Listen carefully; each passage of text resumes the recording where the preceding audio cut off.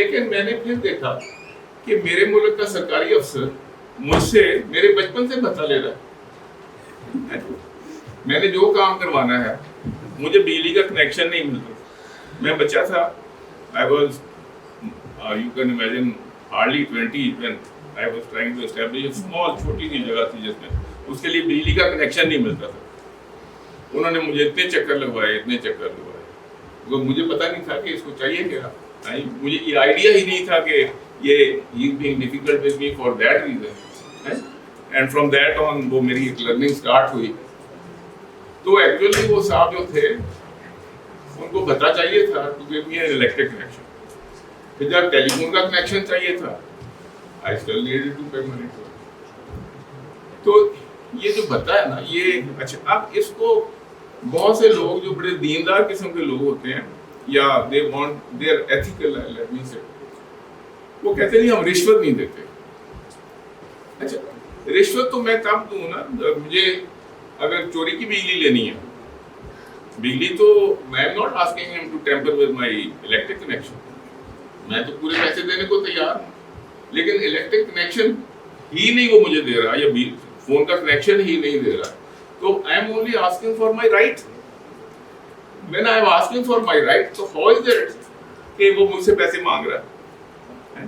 تو وہ بتا ہے میں نے اسے کوئی انلیگل گریٹیفیکیشن انلیگل کام کوئی اور ایسا چیز نہیں کی اس کے ساتھ. تو ہی از اونلی ڈیمانڈنگ کہ وہ درمیان میں بیٹھا ہے. تو وہ جو ہے نا میں نے بھی بات کی نا how the quick brown fox jumps over the lazy dog. تو وہ وہی بات ہے کہ اب میں اس بندے کو کیا کروں میں.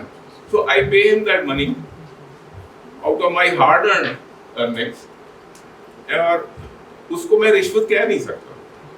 I am only getting this dog out of my way. اس کو میں he is a nuisance for me کہ میں نے کچھ اور کام کر رہا ہے آئیے. اچھا یہ جو بتایا نا it's has become a very interesting sort of observation for me. ہمارے کچھ لوگ چائنا گئے, کچھ ہمارے دوست امریکہ میں and the Chinese were going them کہ آپ ادھر آ کے انڈسٹری لگائیں.